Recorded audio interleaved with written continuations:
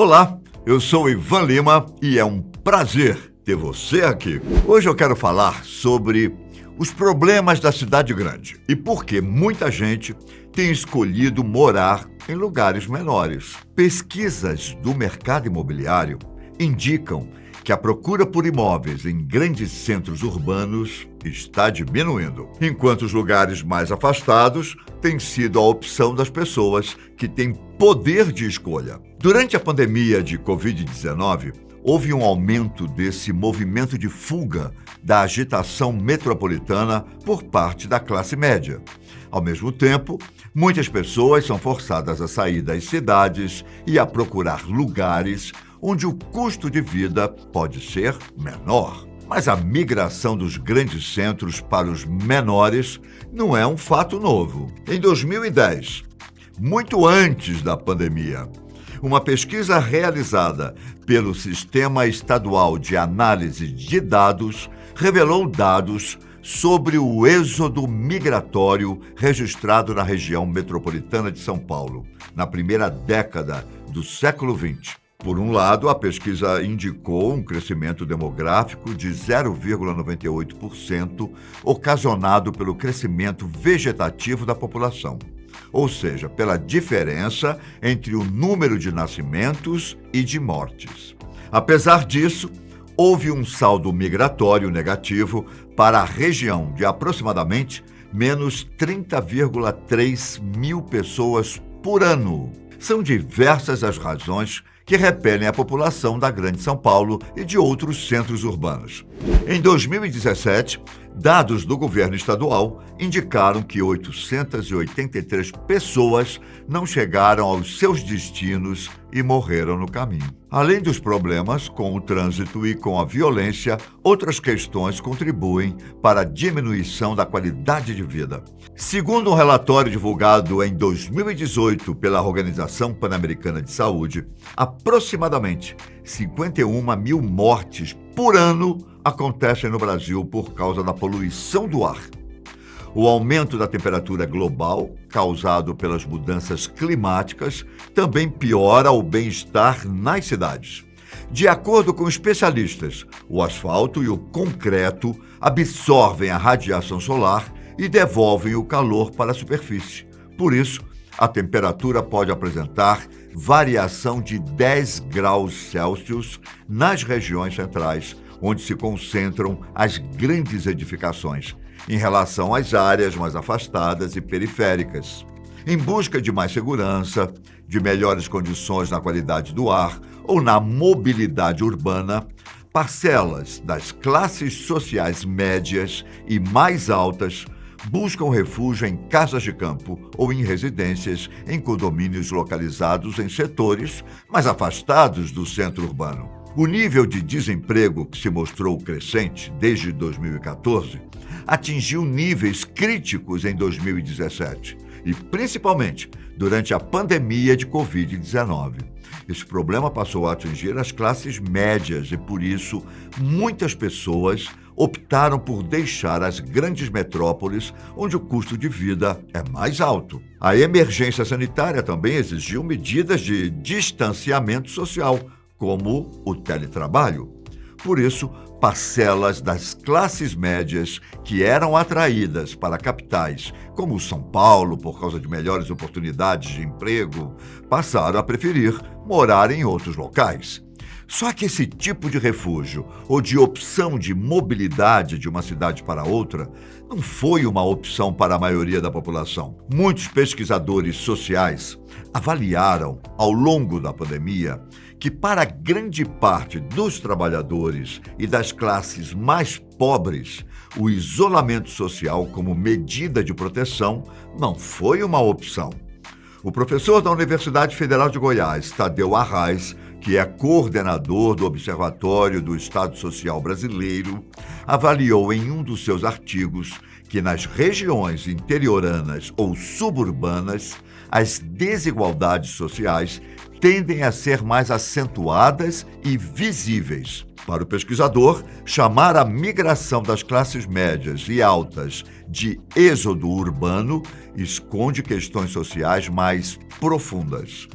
A pergunta pode ser: Quem pode escolher morar em um lugar tranquilo e manter um emprego via teletrabalho? Para Tadeu Arraes, as classes mais pobres não têm escolha. O professor destaca também que nas cidades pequenas, nas regiões interioranas e suburbanas, as diferenças sociais se tornam mais escancaradas. De acordo com dados do Instituto Brasileiro de Geografia e Estatística, a taxa de desemprego nos 3 primeiros meses de 2021 chegou a 14,9%.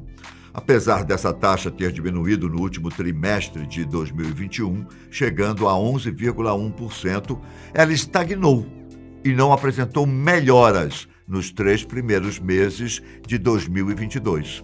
Em relação aos mais pobres, essa taxa de desemprego é ainda maior. Em um estudo realizado pela Fundação Getúlio Vargas, que comparou dados de 2019 com os dados do segundo trimestre de 2021, a taxa de desemprego entre os mais pobres durante a pandemia subiu de 26,55% para 35,98%. Outro estudo da Fundação indicou que em 2021 a inflação cresceu 20% no prazo de um ano e 40% desde o início da pandemia. Esse aumento reflete o maior custo dos produtos básicos de consumo, como alimentos e gás de cozinha. O aumento do custo de vida, em conjunto com o desemprego, diminui o poder aquisitivo dos mais pobres e elevam os índices de fome e miséria.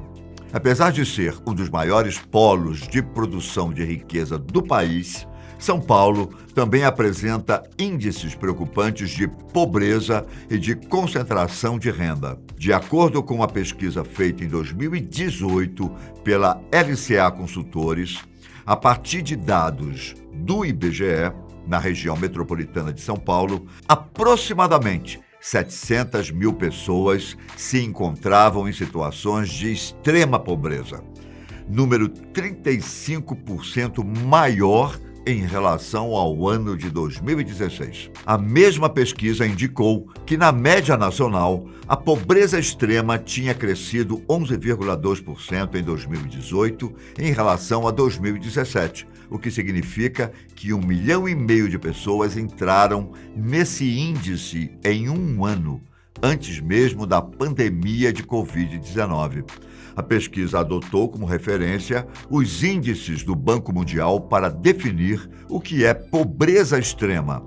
A conclusão foi de que, no Brasil, em 2018, essa condição significava uma renda familiar de R$ 133 mensais por pessoa. Para os pesquisadores sociais, fugir da cidade e dos problemas dos centros urbanos tem um preço. Ter acesso a espaços mais tranquilos e próximos da natureza, como o campo e a praia, tem um certo custo financeiro.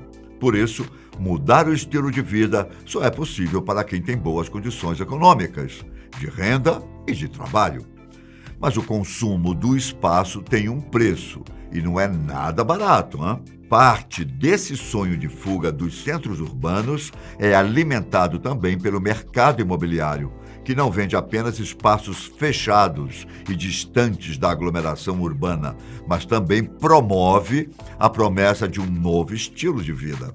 Diversos fatores e motivações repelem as pessoas dos centros urbanos, desde a possibilidade de trabalhar de forma remota e o alto custo de vida das grandes cidades, até o sonho de viver em um lugar tranquilo e de melhorar a saúde do corpo e da mente.